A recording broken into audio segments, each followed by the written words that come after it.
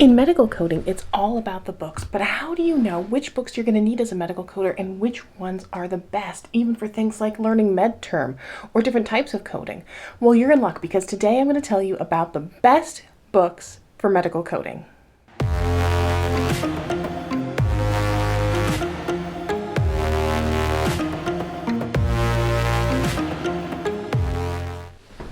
Hey everyone, I'm Victoria. I'm a medical coder, auditor, educator, and content creator, and on my channel I provide tips, tricks, and tutorials to help you be successful in a medical coding career. Medical coding really is about books, looking up codes in books, not like a phone book, but more so an encyclopedia and a scientific manual. There is an art and a science involved in medical coding, and it's not just a simple look up and match, this equals this. It's diving into guidelines, it's understanding clinical criteria, it's really looking into documentation and requirements, even as far as the provider's signature. But let's not deep dive too much into that. I want to talk today specifically about books in medical coding and what are the best books.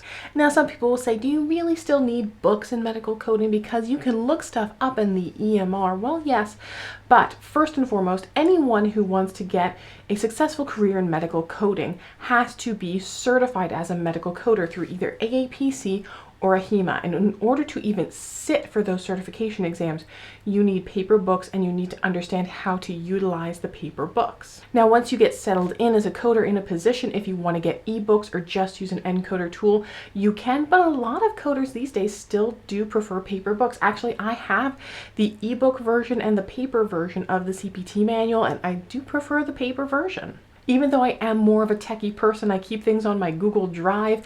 I've had a computer since I was 2 years old. It was a Texas Instrument computer, but I still like just being able to have that feeling of looking through a paper book and being able to find the guidelines and know where certain pages are. And the ebook, just look at it at desktop, it's not the way right now where I would want it to be. Now, I would love if I could just purchase a CPT manual and download it on my Kindle, and it would update every year with all of the circles and notations and highlighting and underline, because that would be a lot easier. I thankfully am not someone who does a lot of marking in my books. There's a difference, I think, in when you're marking for preparation for your exam versus day-to-day coding needs, especially in auditing. I just don't need a lot of markings on my book, but boy, would it be great if those just carried over in an ebook from year to year and I just had to pay an update fee, right? So there are some digital resources available, but let me talk to you today about the books you need to have as a medical coder, and then what books will help you also learn and grow. If you stay around to the end of this video, I'm going to give you a little bit of a secret about another book that I think you might be interested in. Now, in order to be successful as a medical coder, you really need to understand some clinical information, not to the degree that a physician would, but you have to have a basis of medical terminology and a little bit of anatomy. Some pharmacology might not be bad as well. And the best book that you can possibly use, hands down, to learn these concepts is MedTerm for Coders.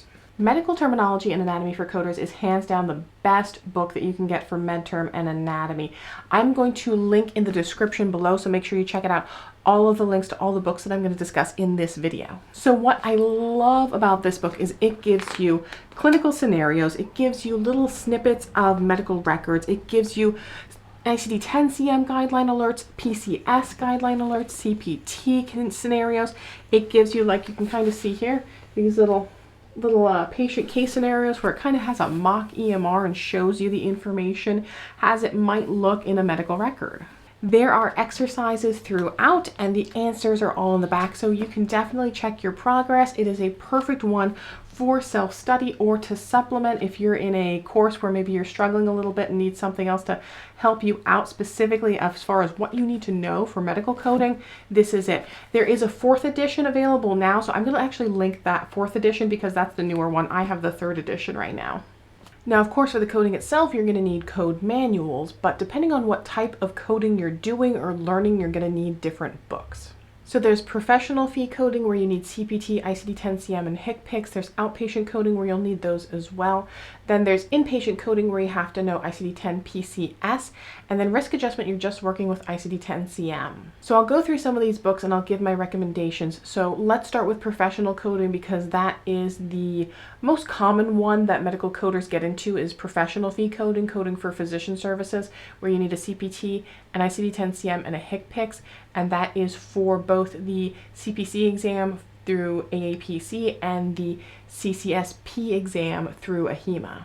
Now let's start with the CPT manual. For both of these exams, you can only use the AMA edition of CPT. There is no other edition that is permitted for any AAPC or AHIMA certification exams. So while you're in practice in coding, you could probably find cheaper versions. If you're testing for any certifications, this is the version you need. Now, depending on when you're watching this video, if you're watching it in 2022 or 2023 or so on, you're gonna want the different years version, but this is the only edition you can have, the AMA Professional Edition of CPT.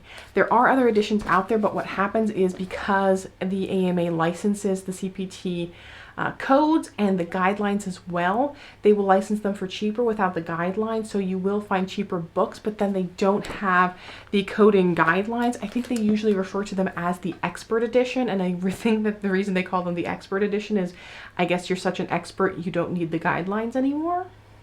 So CPT is the current procedural terminology. It is all the procedural codes that you use for professional fee coding, so for the CPC exam or the CCSP exam. And of course, there's other specialty certifications through, for example, the AAPC, like your general surgery coding or your outpatient coding, and this is the same edition that you have to use for those as well. Now, with ICD-10-CM, I have a couple of different recommendations here. This is the AAPC version of ICD-10-CM, and I love this for if you're taking the CPC exam. However, I recently came to realize that this is not permitted for any of the AHIMA certifications. Make sure that you check the mandated books for any AHIMA certifications before you buy if you're going to become AHIMA certified, because they will check the ISBN numbers to make sure that you have a very specific edition that is permitted for their exams.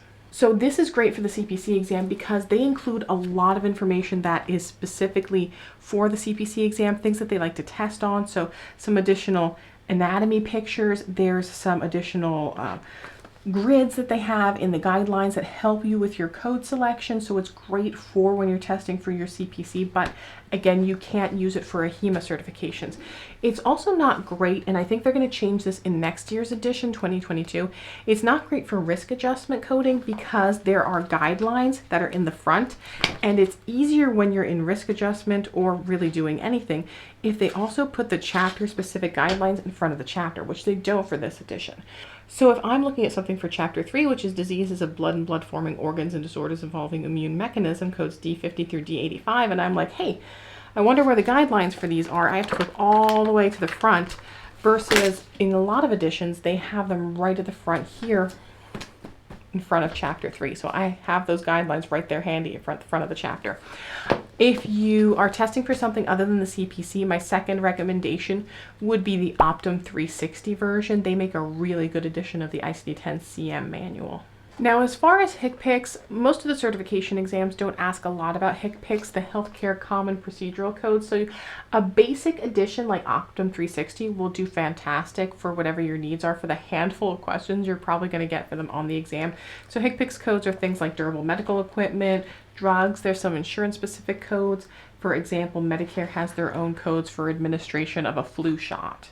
But when I took my COC exam, there was a different edition that really saved my butt when I took this exam, and that was the TCI version. And the reason that this TCI version saved my butt is because they had the payment status indicators and the ACS payment indicators right in the back of the appendices for the books. Now, this is my 2018 version, but I would recommend if you're going to sit for your outpatient coding exam, get one like this TCI version that has these appendices. This is the HCPCS Level 2 Advisor version. And this is permitted for the AAPC exams. So it does have these appendices in the back that, like I said, these appendices saved my butt during the COC exam because it had all the payment status indicators in it. Oh, and this version of HCPCS is not permitted for the CCSP exam. So you can't take this to the CCSP, but you can for any of the AAPC exams. Oh, and hey, don't forget, if you are enjoying this content, don't forget to give me a big thumbs up and hit that subscribe button and that notification bell so you can get alerts when I post new episodes. Now, I've mentioned in the past that I do professional fee coding and risk adjustment and outpatient. I've never, ever done inpatient coding. So I can't code for PCS, but I did get a book because I'm starting to learn so that I can at least understand and help people out. So people swear by these Bucks editions of the books, and I thought this was really great. I was very taken aback when I first looked into it because it was just so different from ICD-10-CM. But after I really kind of started looking in the alphabetic index and checking out some of these sections, I started to piece together what this is all about. And I think the color coordination and everything in the Bucks edition is fantastic. It is permitted for AHIMA exams, so if you need an ICD-10 PCS, this Bucks edition is great. So PCS is also needed for the CIC Certified Inpatient Coder exam through the AAPC. If you're taking any AHIMA exams, though, please make sure that you check which ones they specifically, because again, they're going to check those ISBNs at the testing center and make sure that you have the very specific edition, the very specific year for the exam that you're testing for. So make sure you check their allowed books for any AHIMA exams. The other thing I want to quick mention about is in regards to notes. So with the AAPC exam, there are specific things that you can and can't write in your book. A lot of people will say you can write whatever you want, but there are some exceptions, not a lot, but some. So you can't write study guide questions, you can't write practice exam questions, you can't write entire paragraphs of text from your study guide, you can't write long passages of text, you can't write questions and answers that you took on there, you can't take the exam, write the exam in your book, and then take that same book to the exam again for a second retry. And AHIMA does have some regulations about notes. I had a lot of people come to me and say AHIMA doesn't allow any notes in their books. That's what they heard. So I got on the horn with AHIMA and I'm like, hey AHIMA, I heard from a bunch of my students that when you sit for AHIMA exams, you're not allowed to write notes in your books. And they said, yes, that's absolutely true. Check the candidate guide. So I checked the candidate guide, and this is what the candidate guide says. It says, code books with handwritten notations or comments are allowed, but must be free of any notes containing coding rules and guidelines from other reference materials, for example, Coding Clinic, CPT Assistant, and similar material. And then of course the same that they have with AAPC, no post-it notes, no loose materials. It actually says no handmade tabs will be allowed, which to me kind of sounds like they will allow the ones that you might already have manufactured in your book, because those aren't handmade. So be careful about what you write if you're sitting for an AHIMA exam, because I have heard some stories about, that you're not allowed to write too many notes. So just be a little bit mindful about what you are and are not writing in your book. Now, what about learning medical coding? I have a great video. You can definitely check it out right up here where the card is on self-studying for medical coding. And I'm just going to tell you the best books for self-studying are the step-by-step books from Bucks.